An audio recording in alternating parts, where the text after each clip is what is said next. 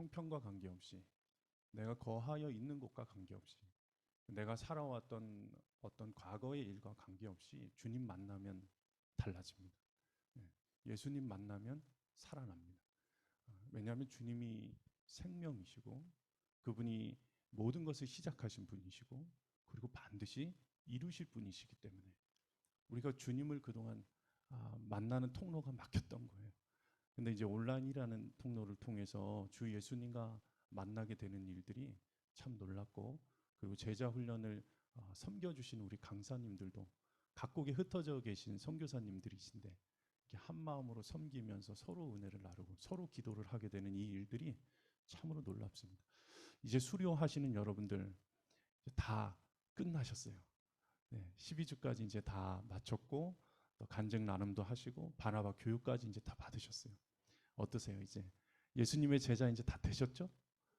이제 뭐 난리 났죠. 이제 나가기만 하면 뭐 다 이제 기적의 역사가 일어나고 여러분들 통해서 막 가족들이 변화되고 이제 그렇게 되겠죠?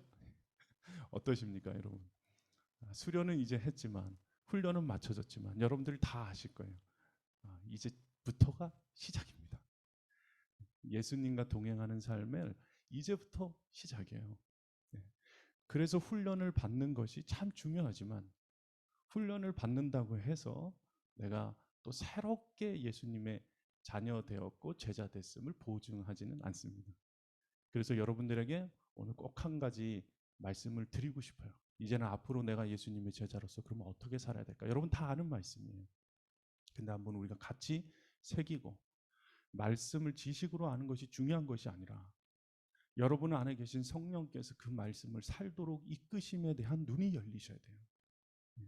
내가 성경을 지식적으로 많이 안다고 해서 변화가 일어나는 것이 아닙니다. 기도의 시간을 많이 갖는다고 해서 그 기도가 나를 변화시키고 인도하는 것 전혀 아닙니다. 성령 안에서 말씀을 깨달아 그 말씀이 내 안에서 실제가 되어서 능력이 되어야 하는 것이고, 기도를 해도 성령 안에서 기도함으로 주 예수 그리스도와 깊이 그의 마음을 알고 이해하고 그 아는 지식에서 자라나야 예수님의 제자로 한 단계 한 단계 이렇게 걸어갈 수 있는 거예요. 말씀을 한번 보십시다. 우리가 한 말씀을 제가 드린다면 이 말씀을 꼭 드리고 싶어요. 이 말씀입니다. 여러분 너무 잘 아시죠? 히브리서 12장 2절 말씀인데 같이 한번 읽겠습니다. 시작. 믿음의 창시자요 완성자이신 예수를 바라봅시다. 그는 자기 앞에 놓여있는 기쁨을 내다보고서 부끄러움을 마음에 두지 않으시고 십자가를 참으셨습니다. 그리하여 그는 하나님의 보좌 오른쪽에 앉으셨습니다. 이 말씀은 새기십시오. 두 가지입니다. 믿음의 시작과 창시자가 누구시라고요? 예수님이십니다. 그리고 그 믿음을 완성하실 분도 누구시라고요?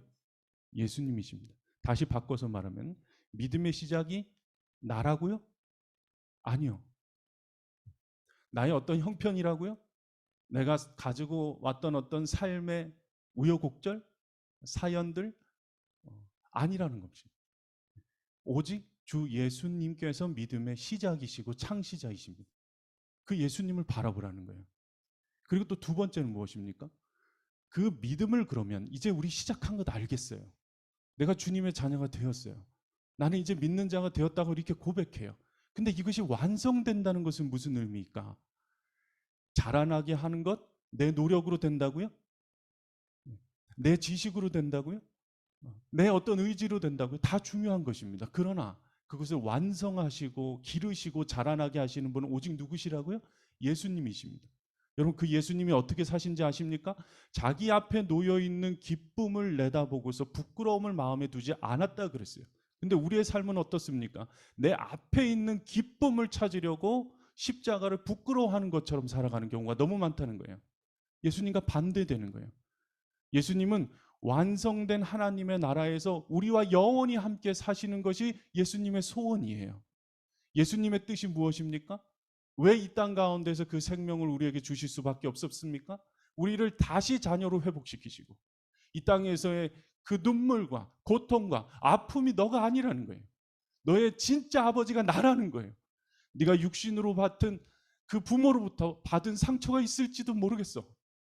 그래, 넌 아픔도 있지. 넌 눈물도 있지. 너 힘들지. 그런데 그게 너가 아니야. 그게 너의 정체성이 아니야. 그게 너의 존재가 아니라고 주님이 말씀하시는 거예요. 내가 진짜 너 아버지라는 거예요. 여러분 태어난 고향이 다 다를 수는 있습니다. 그러나 여러분 우리가 가야 할 한 곳이 있다면 하나님의 나라요 아버지의 품인 것을 여러분 잊지 마셔야 돼요. 우리의 정체성은 바뀐 것입니다. 하나님의 자녀가 되었어요. 우리 아버지가 하늘 아버지란 말입니다. 하나님의 자녀가 되었는데 그 정체성을 가지고 사는데 하나님이 주신 음성을 듣지 않고 하나님이 먹으라고 주신 양식을 먹지 않으니 자라나지 않는 것입니다. 내가 정체성은 하나님의 자녀인데 세상 것을 먹기를 원하니까 세상의 음성에 귀를 기울이니까 도무지 자라나질 않는 거예요. 그러니 아버지한테 와서 눈물은 흘리고 달라고는 애쓰고 배고프다고 목마르다고 얘기는 하는데 제발 이걸 좀 먹어라. 내 피를 마시고 내 살을 먹으라고 하는 하나님을 함께하고 하나가 되는 일은 안 하고 자꾸 밖에 더 좋은 음식 달라고 하는 거예요. 자, 여러분 하나님을 믿어서 자녀가 되었는데 아직도 1살이요. 아직도 2살이요. 여러분 몇 살이십니까?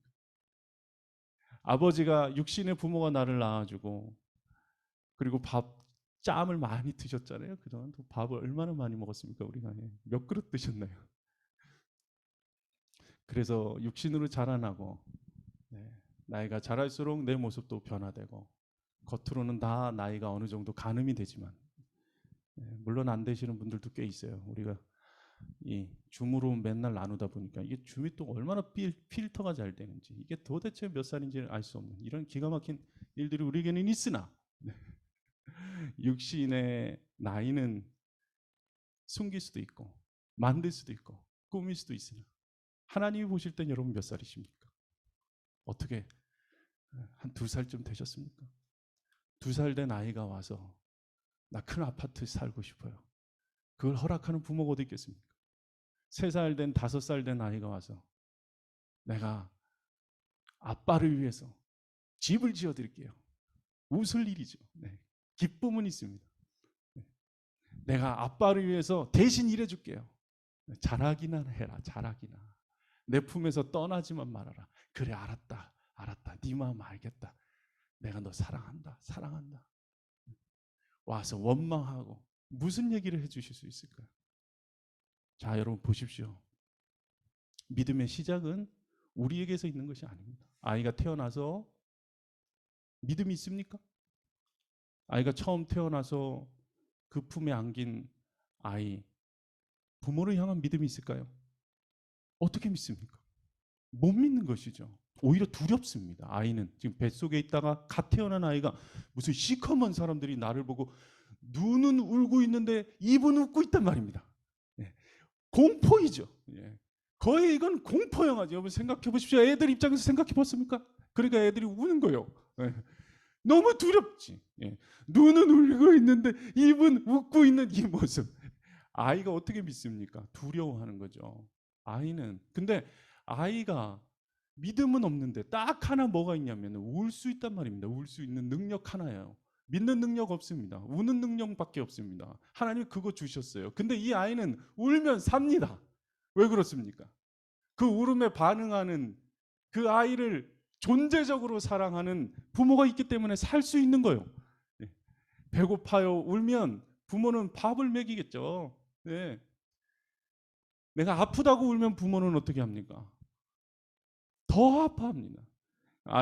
첫째 아이 낳아서 열 펄펄 끓는 그 아이 붙들고 밤새 보신 경험들, 아이 키워보신 분들은 다 있으실 거예요. 아이가 없어도 여러분들 다 그렇게 부모들이 키우셨어요. 그랬을 겁니다.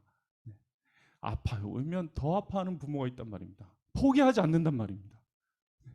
자기가 똥 싸고 오줌 싸고 수치스러운 그 수치를 닦아주면서 상태까지 파악하는 게 부모입니다. 전혀 수치스럽거나 더러워하지 않는 게 부모예요. 그 아이에게 무엇이 생길까? 그 품에 떠나지만 않으면, 이 부모의 품에 거하여 있으면 그 아이에게서 무엇이 생기겠습니까? 내가 필요할 때 나의 필요를 채워주고 내가 도움을 구할 때 나의 요청에 응답하는 이 누군가가 있는데 그 대상을 향한 믿음이 자라나기 시작할 겁니다. 믿음이 자라날 거예요. 여러분, 믿음이 그 아이의 어떠함 때문입니까? 그 부모의 사랑 때문입니까? 어디서부터 왔습니까? 왜 우리가 믿음이 없느냐? 이상한 데 가서 울고 이상한 데 가서 요청을 하니까 하나님한테 가십시오. 주 예수를 바라보라는 것은 주님을 향하여 울으라는 거예요. 요청하라는 거예요. 요구하라는 것입니다. 네가 내게 부르짖으라는 거예요. 그럼 내가 내게 응답할 것이다라는 거예요. 요청하십시오. 그러면 그 신실하신 주님이 여러분들을 향하여 눈을 맞추고 여러분들을 위로하고 여러분들에게 사랑을 깨닫게 하실 것입니다. 그 일을 하시는 일이 지금 여러분 안에 계신 성령님이란 말이에요. 성령께서 그것을 알게 하실 거라. 자, 이제 이 아이가 어떻게 그럼 자라날 수 있을까요? 세 가지입니다. 제가 이게 세 가지 드리는 말씀을 기억하십시오. 첫 번째, 주님이 주시는 음식을, 그 부모가 주는 음식을 먹어야 된다는 거예요. 먹어야 된다는 것입니다. 그래야 자라날 거 아닙니까?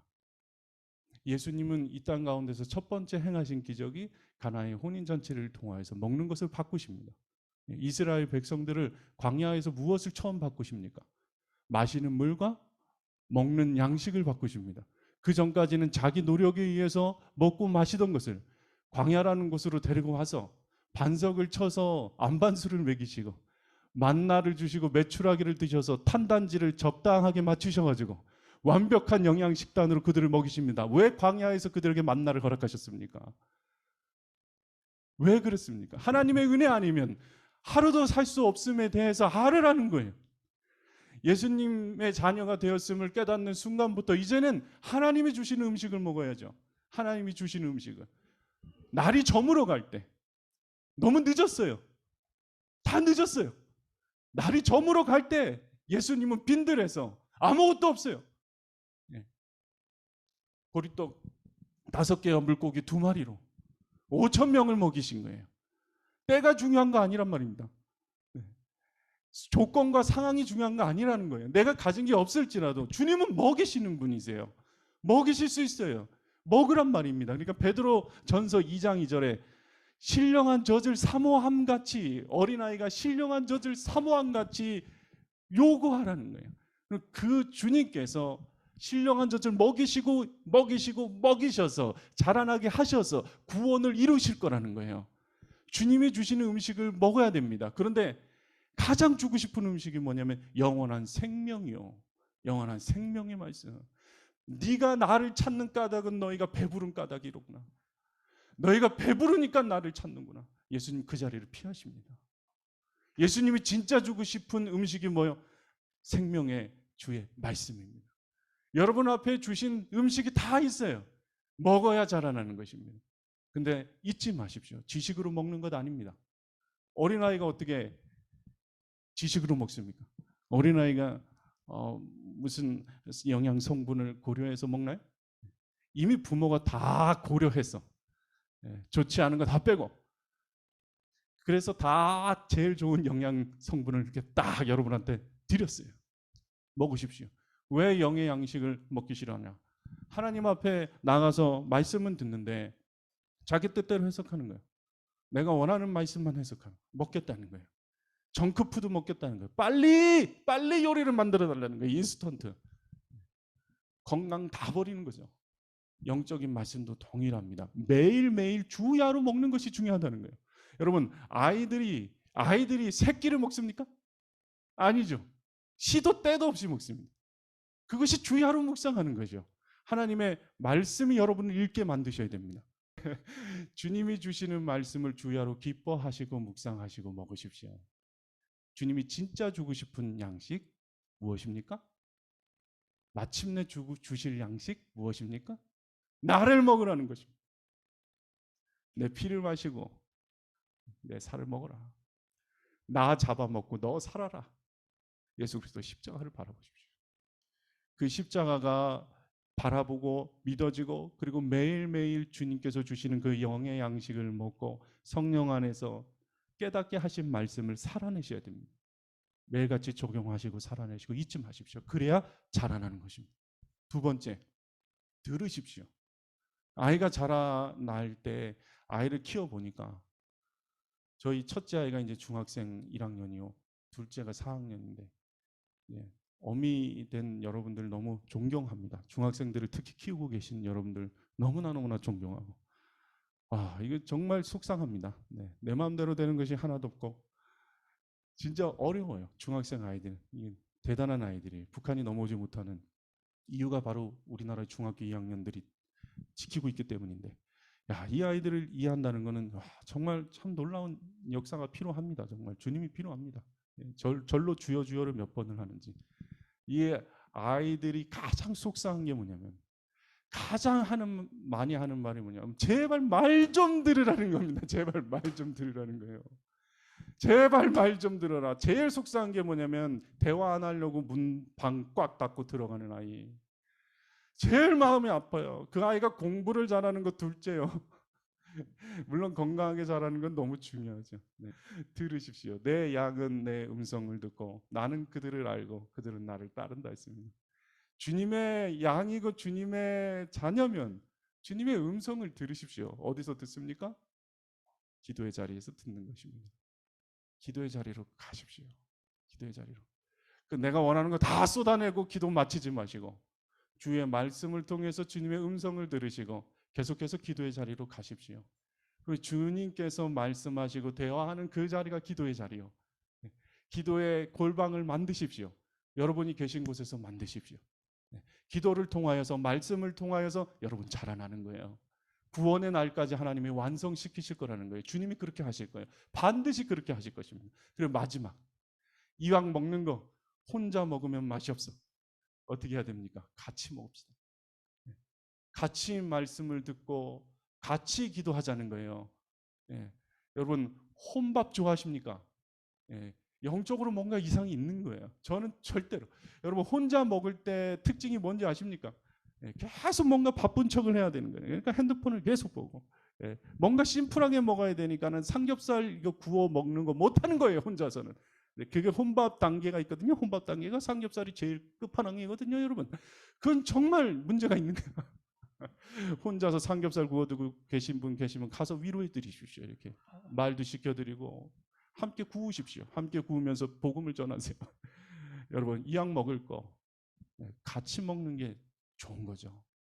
음식 자체가 중요한 것이 아니고 그 음식을 먹는 그 식탁이 중요한 것입니다. 그래서 요한계시록에 문을 두드려 문 열어라. 내가 너와 더불어 먹고 마시고 싶구나. 주님의 식탁의 자리에 사람들과 함께 하십시오. 그래서 주신 공동체가 교회예요. 여러분에게 속해요. 동행일기 방인 것입니다. 할렐루야. 그곳에서 매일같이 먹고 매일같이 마시고 그 가운데 반드시 주 예수 그리스도를 초대하십시오. 예수님은 혼자 십자가 달리셨지만 그 십자가 달리기 바로 직전까지 만찬은 같이 하셨단 말입니다. 예수님의 마지막 만찬은 제자들과 같이 했단 말입니다. 우리가 십자가 혼자 달리겠지만 주 예수 그리스도의 은혜가 그 전까지 누려지려면 반드시 같이 함께 그것을 이루어 가십시오. 골방에 들어가서 편의점에 가서 도시락 사든 사 먹지 마시고 맛있는 음식으로 함께 대화하며 그 교회 공동체를 지키십시오. 이것이 예수를 바라보는 것입니다. 할렐루야. 예수님을 바라보라는 것 그냥 시선을 맞추고 가만히 있으라는 것 아니요. 주님과 함께 대화하고 베드로후서 3장 맨 마지막에 18절을 보면 주 곧 예수 그리스도의 은혜와 그를 아는 지식에서 자라가라. 그 영광이 지금부터 영원히 있게 하리라. 그렇게 약속하셨어요. 주님의 은혜와 주님을 아는 지식에서 자라가야 되는 것입니다. 세상 것하고 자꾸 혼합하지 마십시오. 섞어 먹지 마십시오. 섞어 듣지 마십시오. 주님의 음성을 분명하게 듣고 주님이 주시는 말씀을 먹을 때 여러분들 그 믿음을 반드시 주님께서 완성시켜 주실 것입니다. 우리 함께 기도합시다. 주님을 바라봅니다. 세상 바라보던 그 모든 것을 내가 지금 내려놓고 주를 바라보게 하소서. 오직 주님이 나와 함께 하시고 영원히 나를 포기하지 않으시고 하나님의 나라를 완성시킬 것입니다. 그 길로 우리를 인도하실 거예요. 여러분 그 길을 갈 때에 사망의 음침한 골짜기를 만납니다. 너무 죄송해요. 여러분, 앞으로 꽃길이에요 이렇게 말할 수가 없어요. 저는 예수님의 제자된 여러분들이요, 앞으로 사망의 음침한 골짜기에 갈지라도 해를 두려워하지 마십시오. 주의 지팡이와 말씀의 지팡이와 주의 막대기가, 주님이 함께 하심이, 그 보혈의 능력의 십자가 막대기가 여러분들을 지켜주실 거예요. 믿으십시오. 그리고 흔들리지 마시고 주님을 바라보고 주와 함께 동행하는 여러분들 되시기 바랍니다. 주님을 함께 내가 동행하겠습니다. 결단하며 함께 기도하시겠습니다.